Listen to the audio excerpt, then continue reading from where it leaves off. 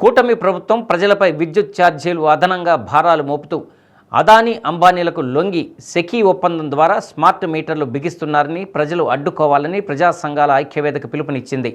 Ongole LBG భవన్లో ప్రజా సంఘాల ఐక్యవేదిక ఆధ్వర్యంలో స్మార్ట్ మీటర్లు వ్యతిరేకించాలని కోరుతూ రౌండ్ టేబుల్ సమావేశం నిర్వహించారు.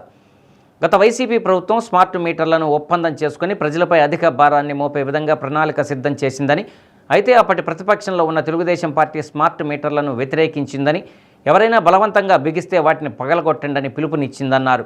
పార్టీ అధికారంలోకి వచ్చిన తర్వాత కేంద్రంలోని బీజేపీకి లొంగి అదానీ అంబానీలకు మేలు చేసే విధంగా వ్యవహరిస్తూ స్మార్ట్ మీటర్లను బిగించే ప్రక్రియ వేగవంతం చేసిందన్నారు. వెంటనే స్మార్ట్ మీటర్లను బిగించే ప్రక్రియ నిలుపుదల చేయాలని, ఇంటి యజమానులు విద్యుత్ స్మార్ట్ మీటర్లు బిగిస్తే వాటిని అడ్డుకోవాలన్నారు.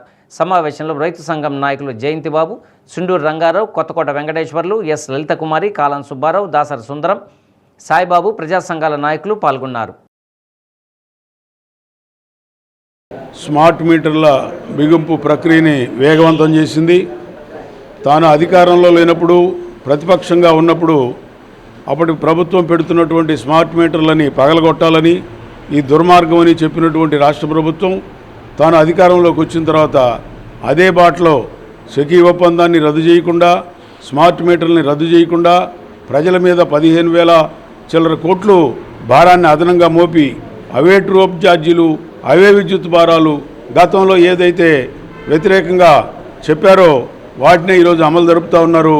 ఈ మొత్తం కూడా అదానీ కంపెనీకి గత ప్రభుత్వం ఏ విధంగా అయితే లొంగిపోయిందో ఇప్పుడున్నటువంటి ప్రభుత్వం కూడా, కూటమి ప్రభుత్వం కూడా ఆ విధంగానే లొంగిపోయి ప్రజల మీద విద్యుత్ భారాలు వేస్తూ ఉన్నది.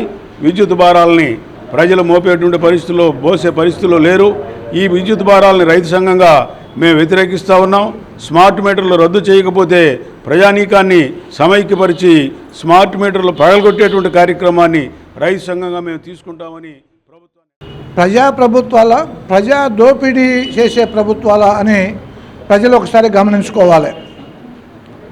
మీకు అన్నీ ఇస్తున్నాము, అసలు మీరు ఊరికే కూర్చొని విలాసంగా బ్రతకచ్చు అని చెబుతున్నటువంటి వాళ్ళు ప్రజలకి ఎంత భారాన్ని మోపడానికి తయారయ్యారు అంటే, ఆంధ్రప్రదేశ్ రాష్ట్రానికి ఒక్కదానికే సంబంధించి విషయానికి వస్తే స్మార్ట్ మీటర్లు బిగించిన తర్వాత 5 నుంచి 10 సంవత్సరాల లోపల అవి పాడైపోతాయి. వాటిని కొన్ని రాష్ట్రాల్లో కేవలము 7,000 రూపాయలతో బిగించే పని ఉంటే మనకాడ 17,000 రూపాయలతో బిగించే పని అదానీ వాళ్ళు. మరి తెలుగుదేశం పార్టీకి వైసీపీ అంటే పడదు, ఒకరినొకరు అంత తీవ్రంగా దూషించుకుంటారు, ఒకరినొకరు చంపుకుందామనే ఆలోచనలో ఉంటారు. మరి వాళ్ళు చేసిన పనిని వీళ్ళు కొనసాగించడంలో ఉన్న మర్మం ఏంటి? వీళ్ళిద్దరికీ గురువు కేంద్రంలో ఉన్నటువంటి బీజేపీలో మోడీ గారు, అమిత్ షా గారికి చాలా దగ్గరవాడు అమిత్ షా. గతంలో వాళ్ళు కొమ్ము కాసేవాళ్ళు అందరూ ఒకరే. వాళ్ళు ప్రజానీకాన్ని పీడించి పిప్పి చేసి అయినా సరే వాళ్ళ లాభాలను పెంచుకునే దానికోసం తయారుగా ఉన్నందుకు మా వామపక్ష సంఘాలు, మా సంయుక్త కిసాన్ మోర్చా తీవ్రంగా దీన్ని ప్రతిఘటించి ప్రజలకు మేలు వనరించి తీరాలనేటువంటి లక్ష్యంతో ముందుకు సాగుతూ ఉంది. ప్రజలకి స్మార్ట్ మీటర్లు బిగించడానికి మీ ఇళ్ళకి అదానీ కంపెనీకి సంబంధించిన వాళ్ళు, లైన్మెన్లు వస్తున్నారు.